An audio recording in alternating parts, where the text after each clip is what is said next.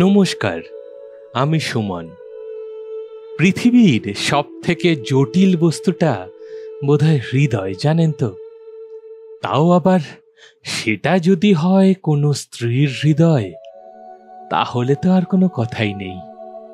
জীবনের হাজার দুঃখ, কষ্ট, অভাব, অভিযোগ যাকে ছুঁতেও পারে না, সেই হৃদয় তার কাছের মানুষের সামান্য ছলনা কিংবা সামান্য একটা কোনো মিথ্যাচারে এমন ভাবে ভেঙে যায় যে তার আর কোনো কুল কিনারা পাওয়া যায় না। সেই রকমই এক মর্মস্পর্শী গল্প আজ আপনাদের জন্য। শুরু করছি বিভূতিভূষণ বন্দ্যোপাধ্যায়ের লেখা দুর্মতি।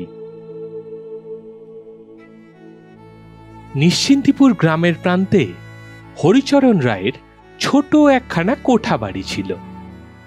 সংসারে থাকিবার মধ্যে তাহার স্ত্রী আর এক ছেলে।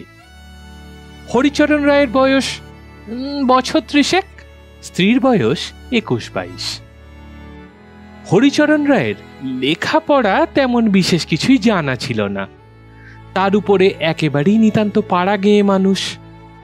কাজেই কোথাও না যাইয়া তিনি বাড়িতে বসিয়াই পৈতৃক আমলের সামান্য কিছু জমি জমার খাজনা সাধিতেন। কচু, কুমড়া, বেগুন না আবাদ করিতেন তা ঠিক বলা যায় না, পুঁতিতেন। ইহাতেই 3 প্রাণীর এক প্রকার কষ্টে শিষ্টে সংসার চলিয়া যাইত।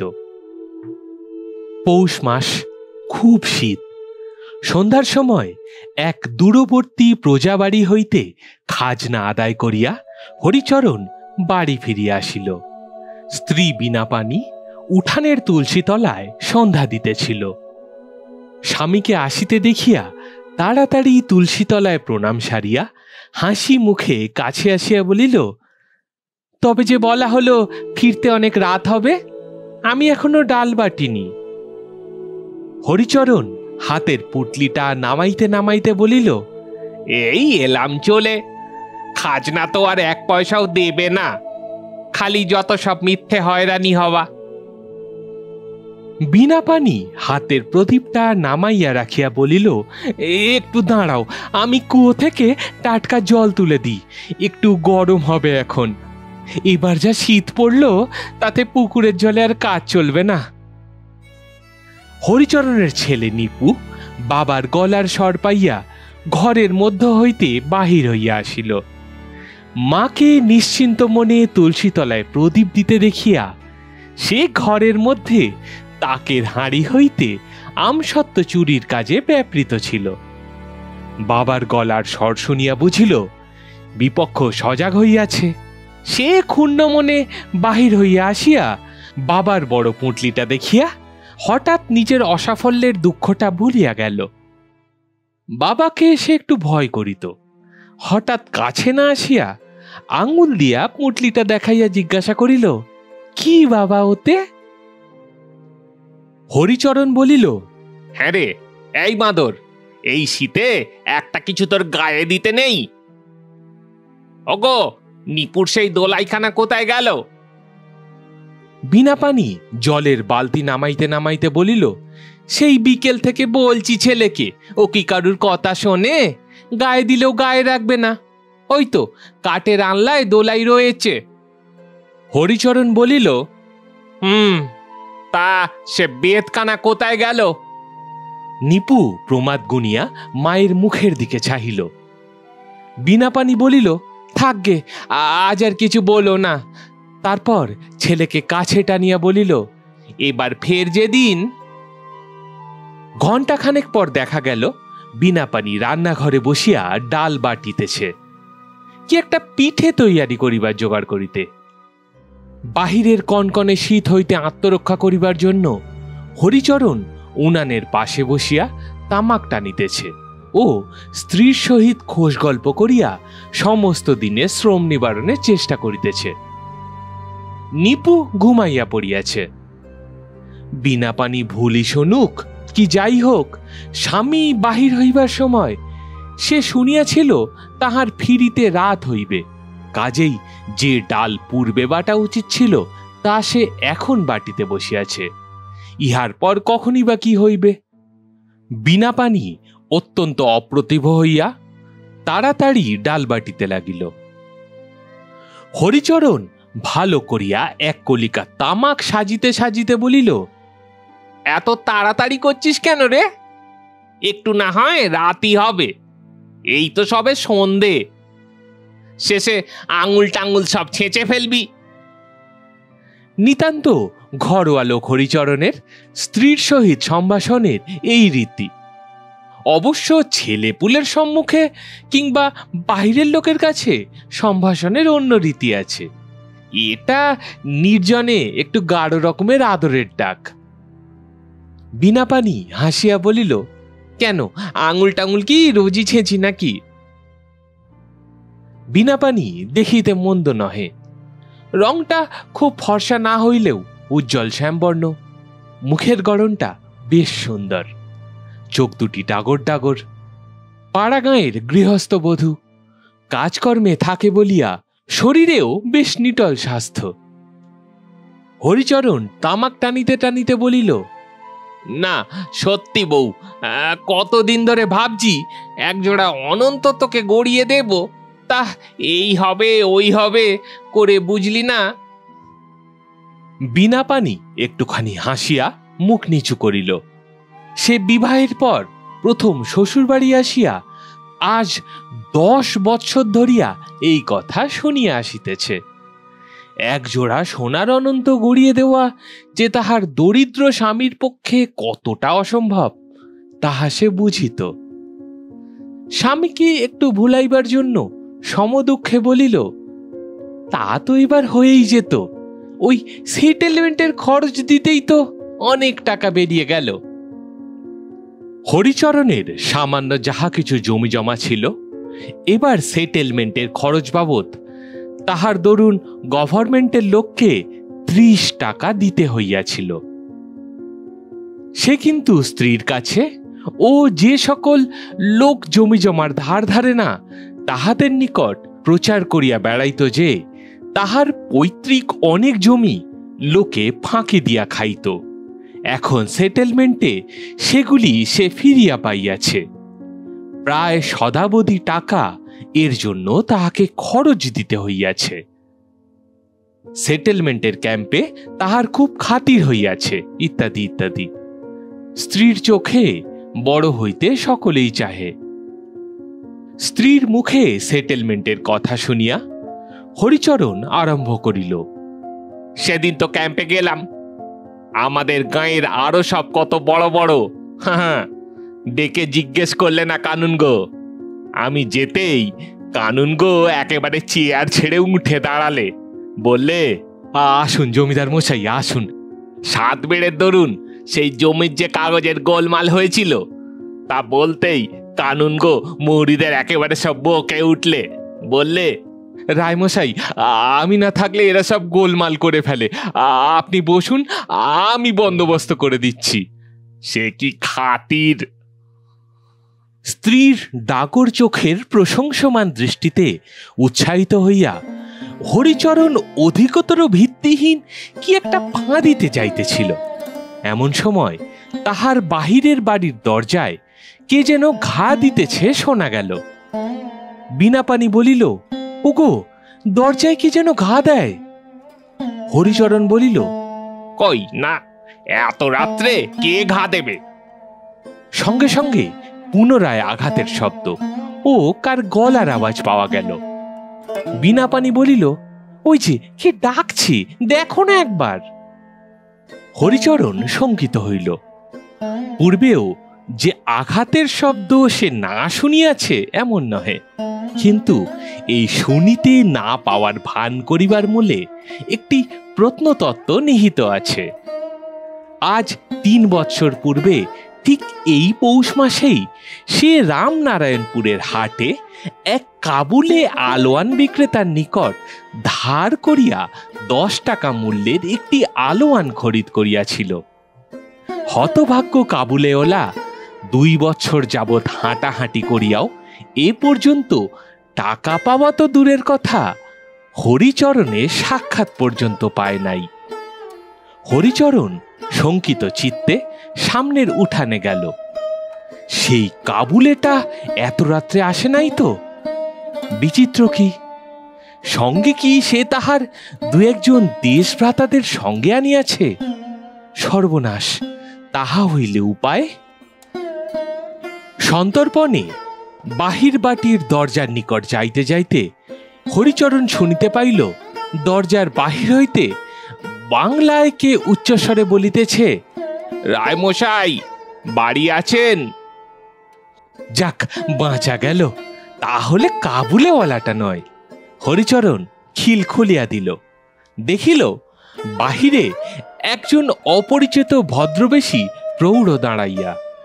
প্রৌঢ় জিজ্ঞাসা করিলেন, এটাই কি হরিচরণ রায়ের বাড়ি? হরিচরণ বলিলেন, আগে আমারই নাম। প্রৌঢ় বলিলেন, তা বেশ, তা বেশ, বড় সন্তুষ্ট হলাম। আমি আসছি কলকাতা থেকে, এই ট্রেনেই আসছি। তোমার শ্বশুর রামজীবন বাবু আমার একজন ঘনিষ্ঠ বন্ধু ছিলেন। তার ওখানে একসময় আমার খুব যাতায়াত ছিল, তবে এখন আমি বাইরে বাইরে থাকি, এই জন্যই ততটা আর। তা বেশ বেশ, বড় সন্তুষ্ট হলাম বাবা জীবনকে দেখে। বিনা এখানেই আছে তো? হরিচরণ বলিলেন, আগে হ্যাঁ, তা আসুন বাড়ির মধ্যে। মুখে অভ্যর্থনা করিলেও মনে মনে সে অত্যন্ত চটিয়া গেল। দিব্য শীতের রাত্রে স্ত্রীর সহিত গল্প জমাইয়া আনিয়াছিল। তাহা নয়, এবার আবার রাঁধো ভাত, নিয়ে এসো জল খাবার।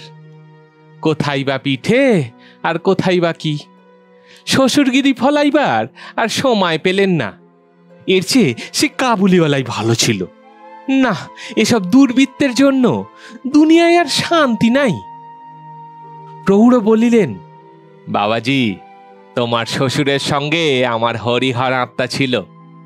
আমার নাম শুনেছ কিনা জানি না, আমার নাম কৃষ্ণলাল গাঙ্গুলি। ছেলেবেলা থেকে বন্ধুত্ব, তার ছেলে পিলে সব আমারই কোলে পিঠে মানুষ। তোমার যখন বিয়ে হয়, আমি তখন লাহোরে চাকরি করি, কাজেই আসতে পারিনি। আহা, ছোকরা অল্প বয়সেই মরে গেল, সবই ভবিতব্য। হরিচরণের বাড়ির দালান ছিল নিতান্ত ছোট, পৈতৃক আমলের বাড়ি, অনেক দিন মেরামত হয় নাই। জানালার কবাট খুলিয়া পড়িয়াছে, কোনো কোনোটি নারিকেলের ছোবড়ার দড়ি দিয়া গড়াদের সহিত বাঁধা। হরিচরণ কৃষ্ণলাল বাবুকে দালানের একটি ছোট টুলের উপর বসাইয়া বলিলেন, বসুন, আমি বাড়ির মধ্যে বলি। কৃষ্ণলাল বাবু বসিয়া দেখিলেন দালানের দরজা জানলা একটিও ভালো অবস্থায় নাই, সবগুলির ফাঁক দিয়াই হু হু করিয়া হিম আসিতেছে। বন্ধুর এই কন্যাটি সকলের ছোট। 3 মেয়ের বিবাহ দিবার পর সর্বশান্ত হইয়া তাহার বিবাহ দেন। সে যে ভালো পাত্রে পড়ে নাই তাহা তিনি জানিতেন। কৃষ্ণলাল বাবু মনে মনে খুব কষ্ট অনুভব করিলেন। মিনিট 4-5 পর উত্তর দিকের দরজা ঠেলিয়া বিনাপানি দালানে প্রবেশ করিল। কৃষ্ণলাল বাবু তাড়াতাড়ি চৌকি ছাড়িয়া উঠিয়া দাঁড়াইলেন, বলিলেন, এসো এসো বিনুমা, এসো। ওহ, সেই তোর বিয়ের আগে মা, তখন আমি। বিনাপানি গলায় আঁচল দিয়া কৃষ্ণলাল বাবুকে প্রণাম করিলেন। কৃষ্ণলাল বাবু তাহার হাত ধরিয়া তুলিলেন। এসো এসো, থাক থাক মা, সাবিত্রী সমান হও মা, সাবিত্রী সমান হও। দেখি মা বিনু, তোর মুখখানা কতদিন দেখিনি। বিনাপানির পিতা মাতা কেহ ছিল না। বাপের বাড়ির ভাইরা থাকিলেও পিতার মৃত্যুর পর তাহারা বড় একটা খোঁজ খবর করিত না। আজ 5-6 বছর সে বাপের বাড়ি যায় নাই, বা বাপের বাড়ির কাহাকেও দেখে নাই। নির্জনে তাহার মায়ের মুখ মনে পড়িত, বাপের মুখ মনে পড়িত, শৈশবের সাথীদের মুখ মনে পড়িত, উঠানের বকুলতলায় সেজুতি ব্রতের কথা মনে পড়িত। তাহার বিরহী প্রাণটা পুকুর ঘাটের চালতা তলায় শত শৈশবের স্মৃতি ভরা তাহার পাড়ার ধুলামাটির পথে পথে সেই বকুল ফুলেদের বুকে মুখ লোকাইয়া মনের সমস্ত দুঃখ কষ্ট উজাড় করিয়া দিত অসহ্য তৃষ্ণায়। ভাইরা তাহার খোঁজ করে না। সে ভাবিত, আজ মা বাপ বাঁচিয়া থাকিলে কি তাহাকে এরূপ করিয়া ফেলিয়া থাকিতে পারিত? হাজার হোক মেয়ে মানুষ, অনেক দিন পর পিতৃসম পিতৃবন্ধুকে পাইয়া তাহার সেই অভিমান সকলের চেয়ে প্রবল হইয়া উঠিল। ডাগর দুই চক্ষু ছাপাইয়া জল ঝরঝর করিয়া গড়াইয়া পড়িল। কৃষ্ণলাল বাবু তাড়াতাড়ি কোঁচার খোঁট দিয়া তাহার চোখের জল মুছাইয়া দিতে দিতে সান্ত্বনা দিতে লাগিলেন। ছি বিনুমা, মা আমার কাঁদে না মা, ছি। বিনাপানি আঁচলে চোখ মুছিতে মুছিতে কাঁদো কাঁদো সুরে বলিল, এতদিন কোথায় ছিলেন জ্যাঠামশাই? আমি তো লাহোরে ছিলাম অনেকদিন, তারপর দেশে এসে সব শুনলাম। তোর বিয়ের সময় আমি চিঠি পেয়েছিলাম বটে, কিন্তু আসতে পারলাম না, বড় জরুরি কাজ পড়ে গেল। এই তো সেদিনের কথা। নরুদা ভালো আছে জ্যাঠামশাই? হ্যাঁ, নরু ভালো আছে, বিয়ে পরীক্ষা দেবে এবার। আমার কথা বলে নরুদা? বলবে না মা, খুব বলে। তার নিজের বোন নেই, তোকেই তো বোনের মতো ছেলেবেলা থেকে জানে। ছেলেবেলায় খেলা হতে হতে একবার ঝগড়া করে তুই নরুর মুখে আঁচড় দিয়েছিলি, তোর মনে আছে বিনু? বিনাপানি একটুখানি হাসিল। সঙ্গে সঙ্গে কিন্তু তার শৈশবের সাথী নরুদার কথা মনে পড়ায় তার চোখের পাতা পুনর্বার অশ্রুসিক্ত হইয়া উঠিল। বলিল, নরুদা আমায় একটিবার দেখিতে আসে না কেন জ্যাঠামশাই? আপনি গিয়ে একবার তাকে পাঠিয়ে দেবেন। কৃষ্ণলাল বাবু বলিলেন, দেব বই কি মা, নিশ্চয়ই দেব, তবে এখন তো আসতে পারবে না। এবার যে তার পরীক্ষা কি না, বিয়ে পরীক্ষা হয়ে গেলে তখন তোকে একবার দেখে যাবে, আমি বলে দেব। বিনাপানির মনে পড়িল রাত হইয়াছে, জ্যাঠামশায়ের আহারাদির বন্দোবস্তও তো করিতে হইবে। সে বলিল, আপনি বসুন জ্যাঠামশাই। কৃষ্ণলাল বাবু শশব ব্যস্তে প্রায় চৌকি হইতে উঠিয়া পড়িয়া বলিল, শোন মা শোন, আমার জন্য রাত্রে কিছু রাঁধতে তাঁততে হবে না, আমি রাত্রে বরং। বিনাপানি ঘাড় বেঁকাইয়া জননীর মতো শাসনের সুরে বলিল, না আচ্ছা সে হবে, আপনি বসুন, আমি সে বুঝে নেব। কৃষ্ণলাল বাবু হতাশ হইয়া বসিয়া পড়িলেন। বিনাপানির বড় ইচ্ছা হইল জ্যাঠামশাইকে শীতের রাত্রে গরম গরম লুচি ভাজিয়া খাওয়ায়, কিন্তু পয়সা কই? তাহাতে এক্ষুনি তো প্রায় 1 টাকা খরচ। সংসারের অসচ্ছলতা যে কত দূর তাহা তো সে জানে। সে রান্নাঘরে গিয়া দেখিল স্বামী উনানের পাড়ে বসিয়া আপন মনে তামাক টানিতেছে। স্ত্রীকে দেখিয়া হরিচরণ বলিল, তা কি ভাত টাত তো আবার রাঁধতে হবে নাকি? বিনাপানি বলিল, একটা কথা বলি, রাখবে? জ্যাঠামশাইয়ের বয়স হয়েছে, আমার কাছে এসেছেন, এই সময় যদি একটু সেবা যত্ন না করতে পারি তবে মেয়ে জন্ম মিথ্যাই নিয়েছিলাম। আমি ভাবছি জ্যাঠামশাইকে খান কতক লুচি ভেজে দিই। তুমি তোমার সেটেলমেন্টের টাকা থেকে 1 টাকা নিয়ে গিয়ে বিপিনের দোকান থেকে জিনিস কিনে নিয়ে এসো না, আনবে? হরিচরণ কিছু পূর্বে স্ত্রীর নিকট যে জমিদারগিরির আস্ফালন করিয়াছিল, আসন্ন বিপদের মুখে সে কথা ভুলিয়া গেল। মাথা চুলকাইতে চুলকাইতে বলিল, তা তো আনলে ভালোই হতো, মানে আনা তো কিছু উচিত ছিল, কিন্তু হয়েছে কি, এই 24-এর মধ্যে টাকা দাখিল না করলে আবার সার্টিফিকেট জারি হবে। ওই যা জোগাড় করা আছে তার থেকে। বিনাপানি উপায় ঠাউরাইয়াই রাখিয়াছিল। সে বলিল, তুমি তার জন্য কিছু ভেবো না। আমার কানের ছেঁদা তো ভালো হয়নি, মাকড়ি পড়তে বড় ব্যথা হয় জানো।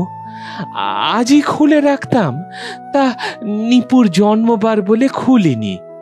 তুমি ওই থেকে টাকা নিয়ে যাও, কাল সকালে বরং মাকড়ি বাঁধা দিয়ে 2 টাকা আর কোথাও থেকে জোগাড় করে এনো।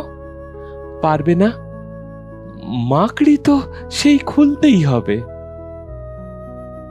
ইহার পর আর কোনো প্রতিবাদ করা ভালো দেখায় না বলিয়া হরিচরণ বলিল, তবে একটা বাটি দাও, ঘিটা আনতে হবে, যাই দেখি।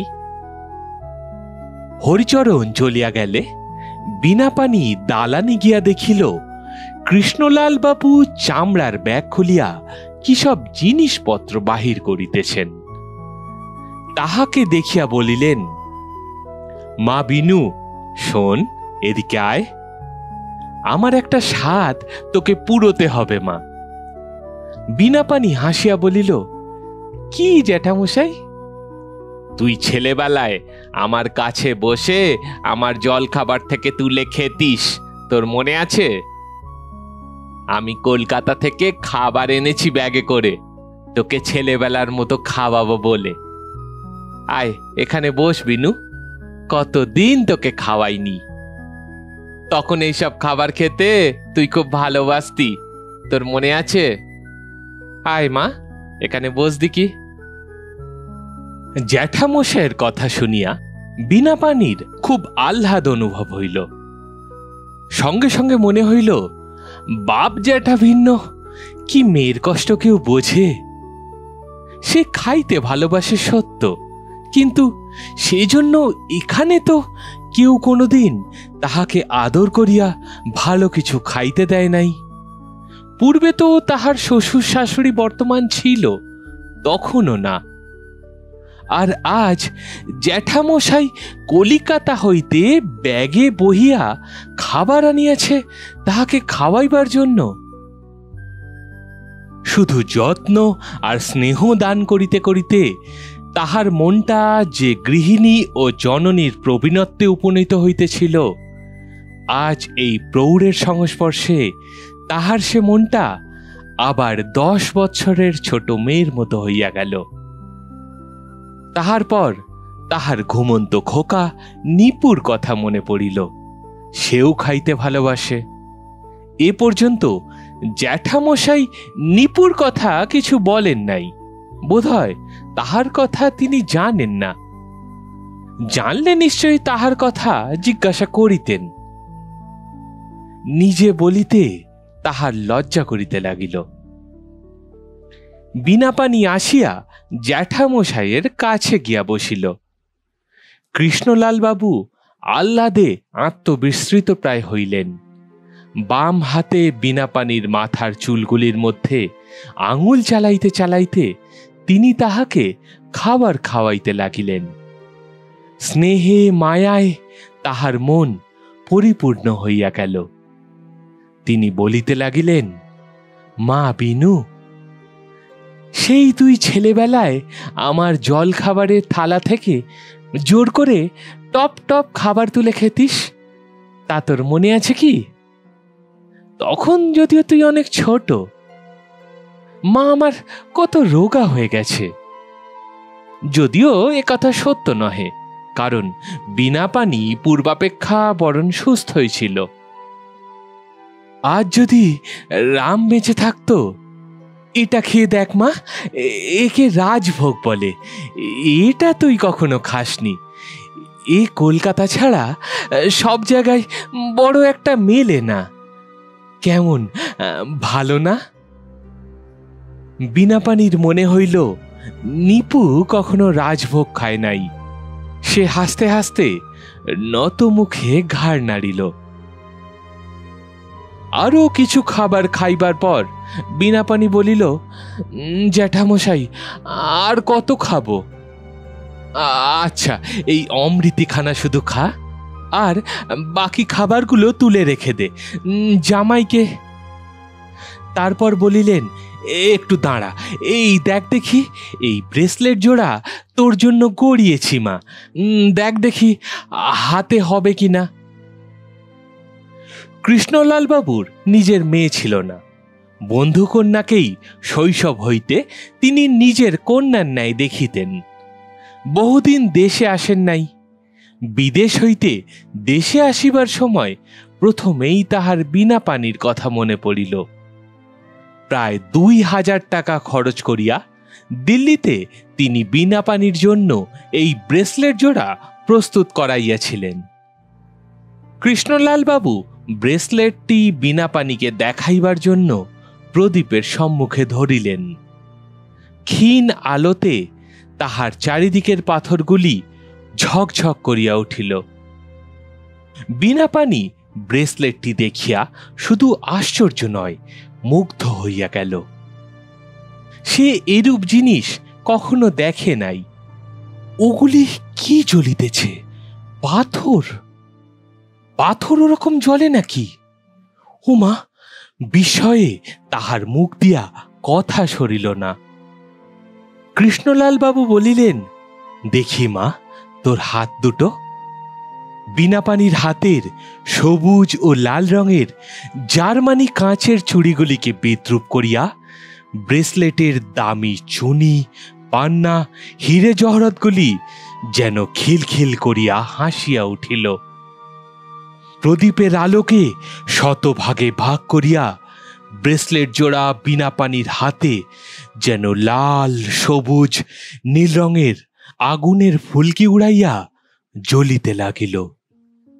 বিনা পানি নিজের হাতের দিকে চাহিয়া অনেকক্ষণ চোখ ফিরাইতে পারিল না। গহনা আবার এরকম হয় নাকি? কৃষ্ণলাল বাবু বিনা পানির ভাবটা দেখিয়া বুঝিলেন যে গহনাটি তাহার পক্ষে অপ্রত্যাশিত রূপে সুন্দর হইয়াছে।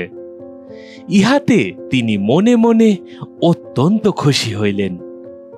আহা, গরিব ঘরে পড়িয়া মেয়েটি কত কষ্টই পাইতেছে, তবু এই বুড়া তাহাকে একটু আনন্দ দিতে পারিল। এই সময় হরিচরণ দোকান হইতে ফিরিল। দালানের বাহিরে তাহার আসিবার শব্দ শুনিয়া বিনা পানি দালান হইতে সরিয়া গেল।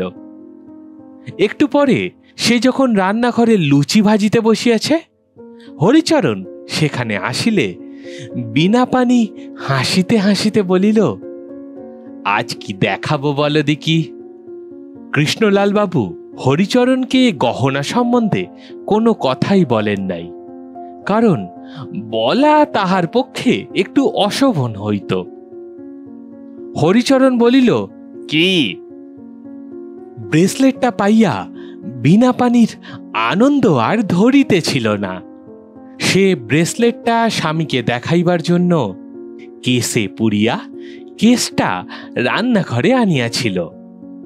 স্বামীর সঙ্গে একটু কৌতুক করিতে ইচ্ছা হইল।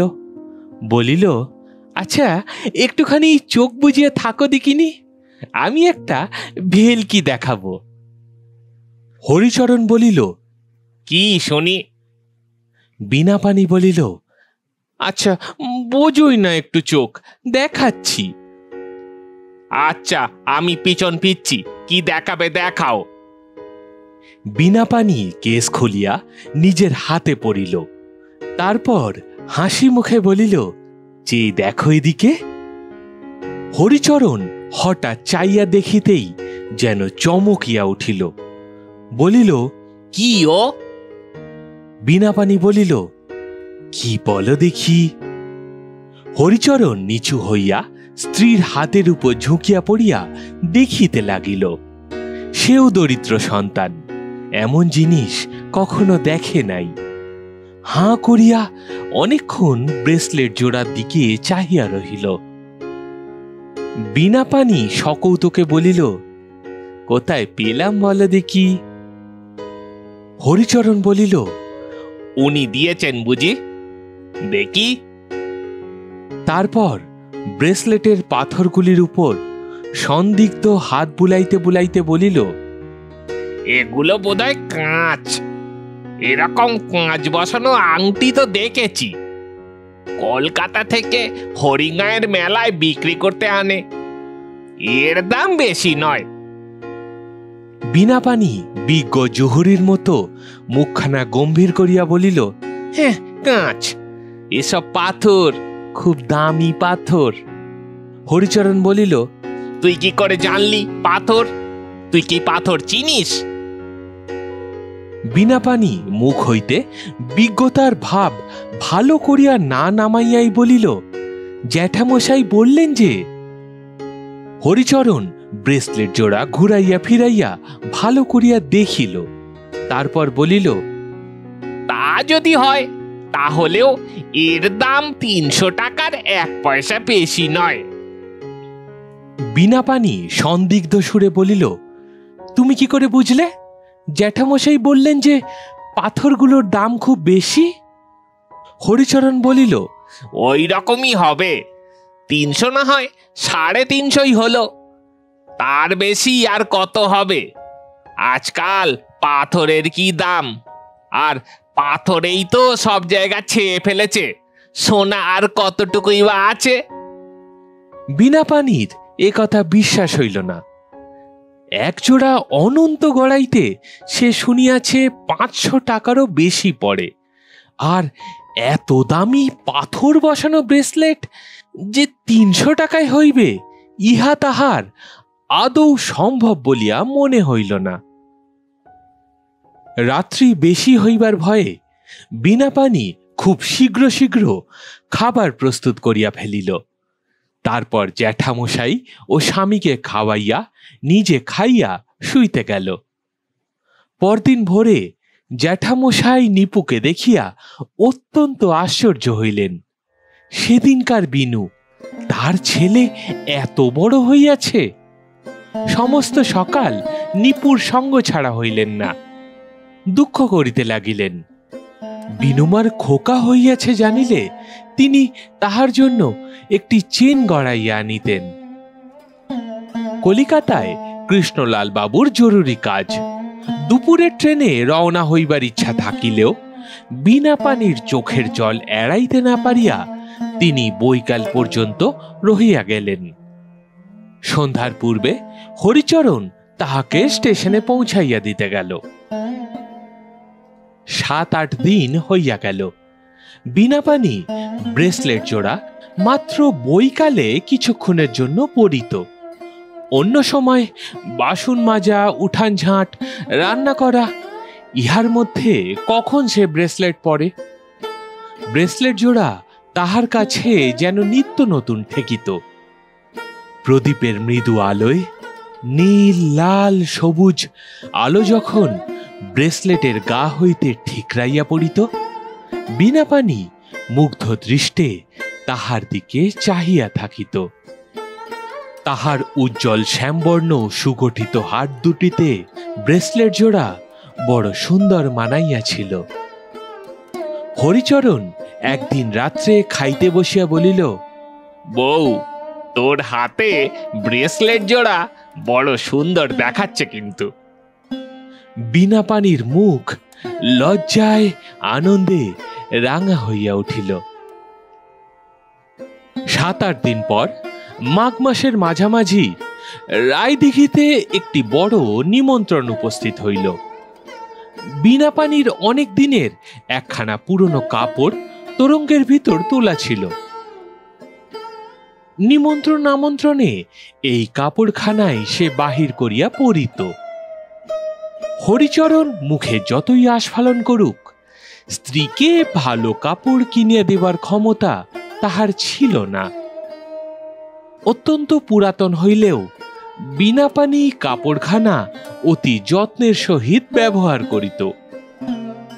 এই নিমন্ত্রণে যাইবার সময় কাপড়খানা বাহির করিয়া সে পরিল ও মেয়ে মহলে দিগ্বিজয়ের লোভ সামলাইতে না পারিয়া ব্রেসলেট জোড়াও হাতে পরিয়া খাইতে গেল।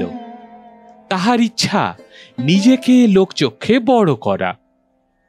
আমাদের দেশের শিক্ষিত পুরুষদের জ্ঞান ও বিদ্যা আছে, তাহারা লোক সমাজে তাহাই দেখাইয়া বেড়ান। কিন্তু বেচারি মেয়েদের সে সম্বল নাই, কাজেই তাহারা শুধু গহনা দেখাইয়া বড় হইতে চাহে। সন্ধ্যার একটু পরে বীণাপাণি নিমন্ত্রণ হইতে ফিরিয়া আসিল। একাদশীর জ্যোৎস্না অল্প অল্প উঠিয়াছে, বাড়িতে কেহ নাই। নিপুকে রায়গৃহিণী বড় ভালোবাসিতেন, রাত্রের জন্য তাহাকে রাখিয়া দিয়াছেন, সকালে লোক দিয়া পাঠাইয়া দিবেন। বীণাপাণি ভাবিল স্বামী এখনো বাড়ি আসেন নাই, ততক্ষণ গা ধুইয়া কাপড়খানা কাচিয়া আসিয়া রান্না চড়াইয়া দিবেন। পুকুর ঘাটে যাইবার সময় দেখিল বাগানে বেড়ার কাছে বসিয়া স্বামী কি কাজ করিতেছেন। গা হাত ধুইয়া পুকুর হইতে আসিবার সময় সে দেখিল স্বামী বেড়ার ধারে নাই, বোধহয় উঠিয়া গিয়া হাত পা ধুইতেছেন। বাড়ি আসিয়া দেখিল দুয়ার যেমন তেমনি তালা লাগানো আছে, স্বামী বাড়িতে নাই। ভাবিল বোধহয় পাড়ার কোথাও বেড়াতে গিয়াছেন। জলের ঘড়া দালানের মুখে নামাইয়া সেই ঘড়ার জলে হাত পা ধুইয়া রকে উঠিল, কুলুঙ্গি হইতে চাবি লইয়া ঘর খুলিয়া তারপর শুকনা কাপড় পরিয়া প্রদীপ জ্বালাইয়া জলের ঘড়া বাহির হইতে আনিয়া ভিতর হইতে দালানের দরজা বন্ধ করিয়া ঘরে যাইবে, এমন সময় তাহার ব্রেসলেটটার কথা মনে পড়িল। নিমন্ত্রণ খাইয়া আসিয়া ব্রেসলেট খুলিয়া কেশশুদ্ধ গহনা দালানের উপর রাখিয়াছিল। তুলিয়া রাখিবার জন্য সেখানে গিয়া বীণাপাণি দেখিল ব্রেসলেটের কেস দালানে নাই। ভাবিল তবে কি নিচে পড়িয়া গেল? আলো ধরিয়া দেখিল সেখানেও নাই। বীণাপাণির মুখ ভয়ে নীলবর্ণ হইয়া গেল।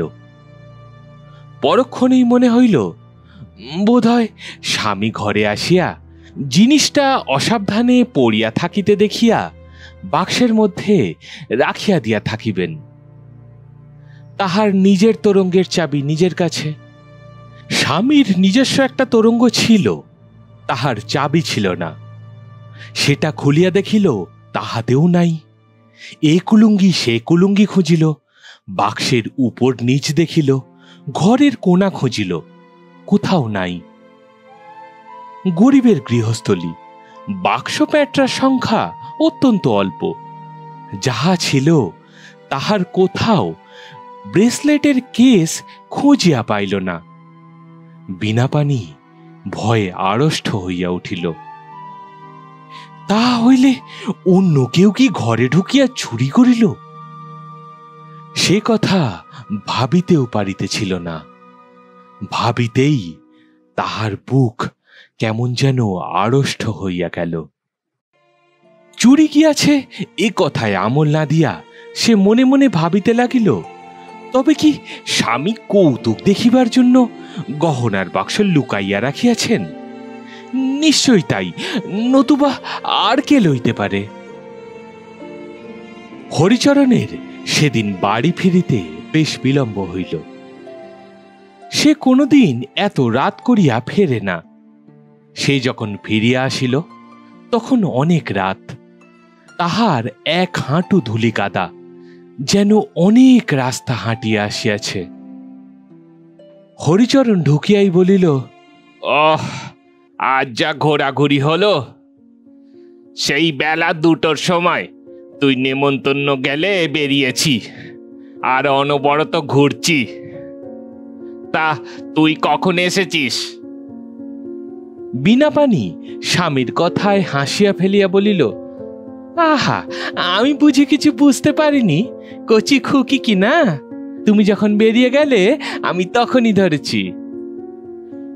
হরিচরণের মুখ হঠাৎ একেবারে সাদা কাগজের মতো হইয়া গেল। একটু পরে সে কথা বলিল বটে, কিন্তু সে যেন অনেক কষ্ট করিয়া। কি বল দেখি? সত্যি বলছি, আমি তো বাড়ি ছিলাম না। আমি সেই 2টোর সময় চলে গেছি খাজনা আদায় করতে। তুই কিসের কথা বলছিস? তার স্বরে লেশমাত্র কৌতুকের আভাস ছিল না। বীণাপাণি স্বামীর কথা ও চোখ মুখের ভাবে চিন্তিত হইল। বলিল, সেই ব্রেসলেটের বাক্স কোথাও খুঁজে পাচ্ছি না জানো। সন্ধ্যার আগে নেমন্তন্ন খেয়ে এসে দালানের উপর রেখে গেলাম, তারপর ঘাট থেকে এসে দেখি আর নেই। তুমি সত্যি জানো না নাকি জানো? সত্যি করে বলো লক্ষ্মীটি।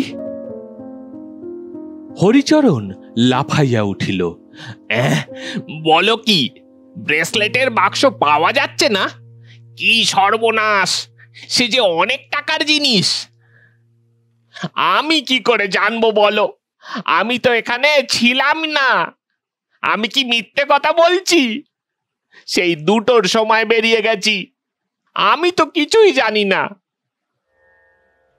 বীণাপাণি স্বামীর কথা শুনিয়া বুদ্ধি হারাইল। সঙ্গে সঙ্গে তাহার মনে হইল বেলা 2টোর সময় বাহির হইয়া যাবার কথাটা। স্বামী এত জোর দিয়া বলিতেছেন কেন? সে যে তাহাকে সন্ধ্যার পর বেড়ার পাশের গাবতলায় বসিয়া কঞ্চি কাটিতে দেখিয়াছে। স্বামীর আস্ফালন ও বিস্ময়ের মধ্যে একটা মিথ্যার ধ্বনি তাহার কানে আসিয়া যেন বাজিতে লাগিল। হরিচরণ অত্যন্ত চিৎকার করিয়া হাত পা নাড়িয়া বলিতে লাগিল, বলো কি, সে তো 1 টাকার জিনিস নয়। তুমি বা সেটাকে ফেলে যাও কেন এমন করে? হায় হায় হায়, সর্বনাশ হয়ে গেল। ভালো করে ঘরদোর খুঁজেছো? চলো দেখি, আমি একবার খুঁজে দেখি। ওসব মেয়েলি খোঁজার কাজ নয়, ঘরেই কোথাও পড়ে আছে। বীণাপাণি দালানের মেঝেতে বসিয়া পড়িল। একটা নূতন রকম ভয় তাহার মনের মধ্যে দেখা দিল। স্বামী মিথ্যা কথা বলিতেছে কেন? বীণাপাণি কখনো স্বামীকে অবিশ্বাস করে নাই। স্বামীর কথা এবারও সে অবিশ্বাস করিত না, যদি না সন্ধ্যার সময় তাহাকে সে নিজের চোখে দেখিত।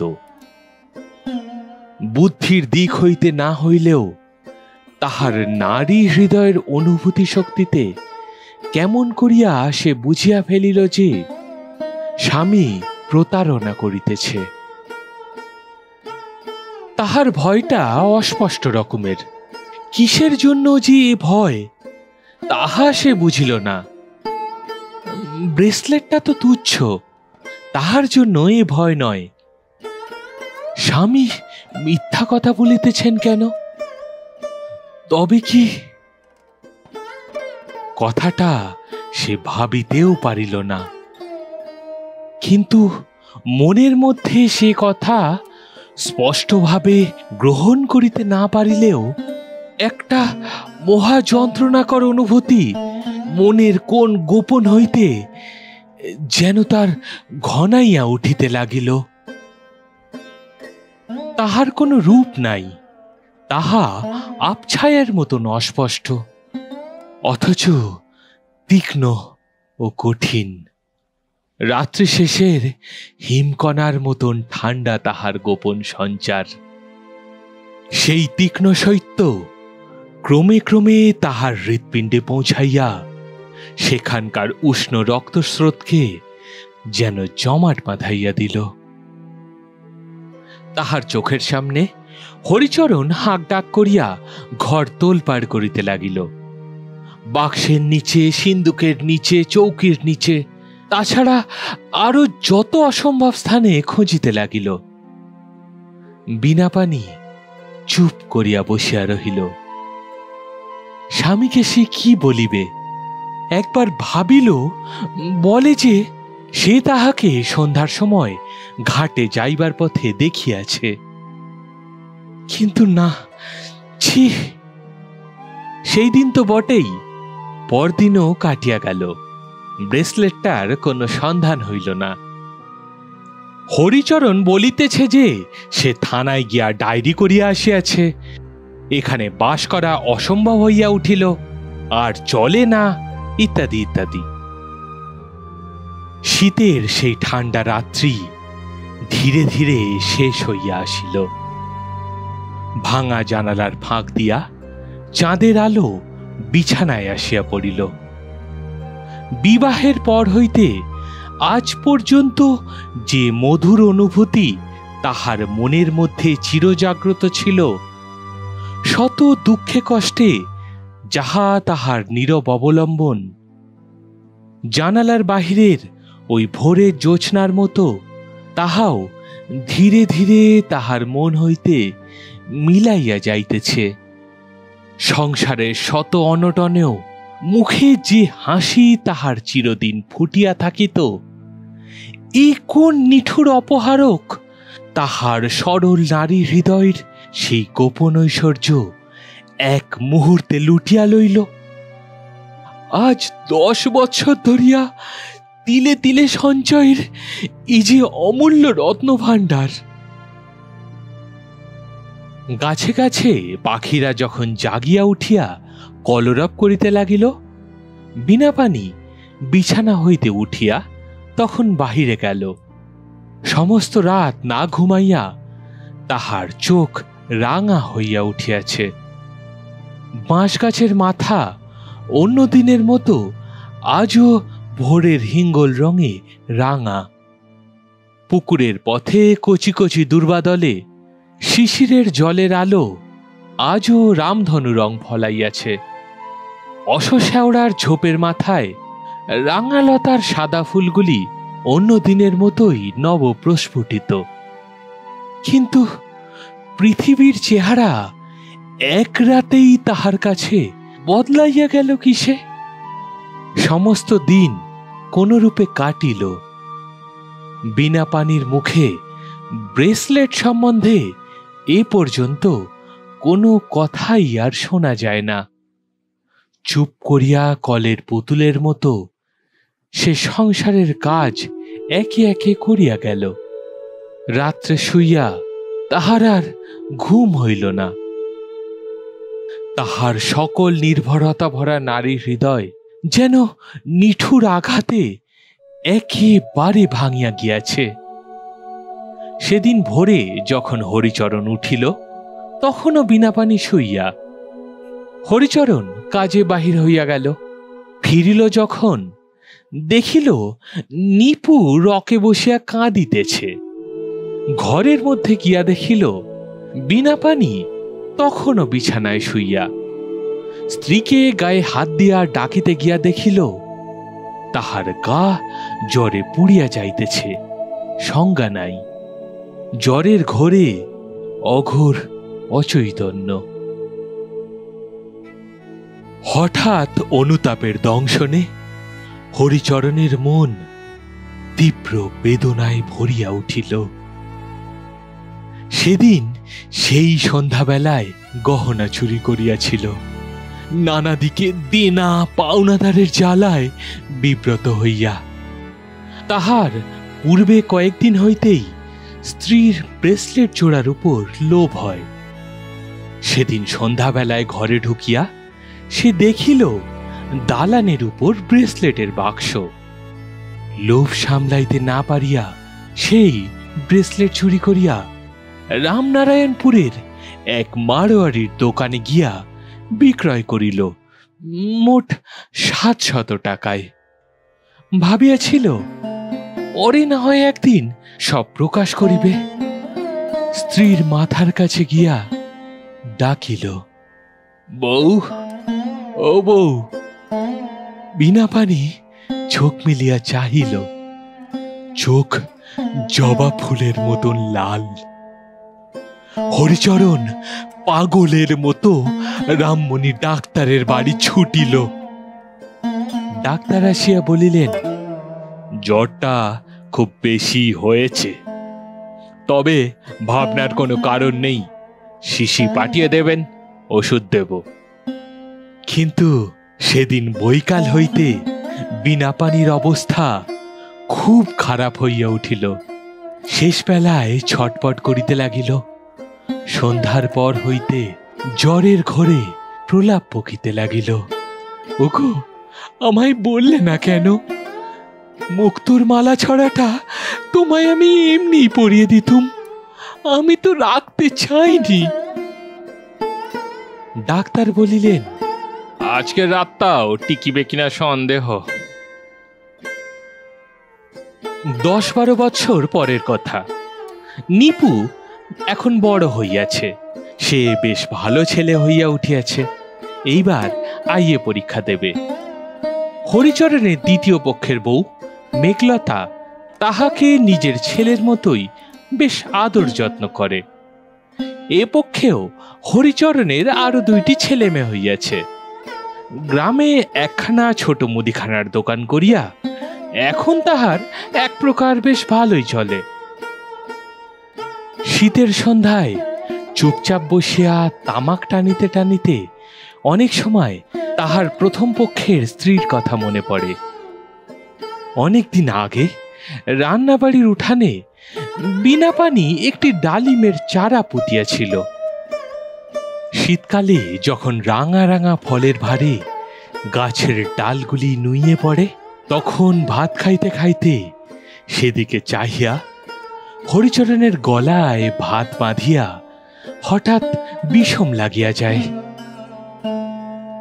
তাহার ছোট মেয়ে পুঁটি বলে, মা, তুমি রান্নায় এত ঝাল দাও কেন? ঝালের চোটে বাবার চোখ দিয়ে জল গড়াচ্ছে।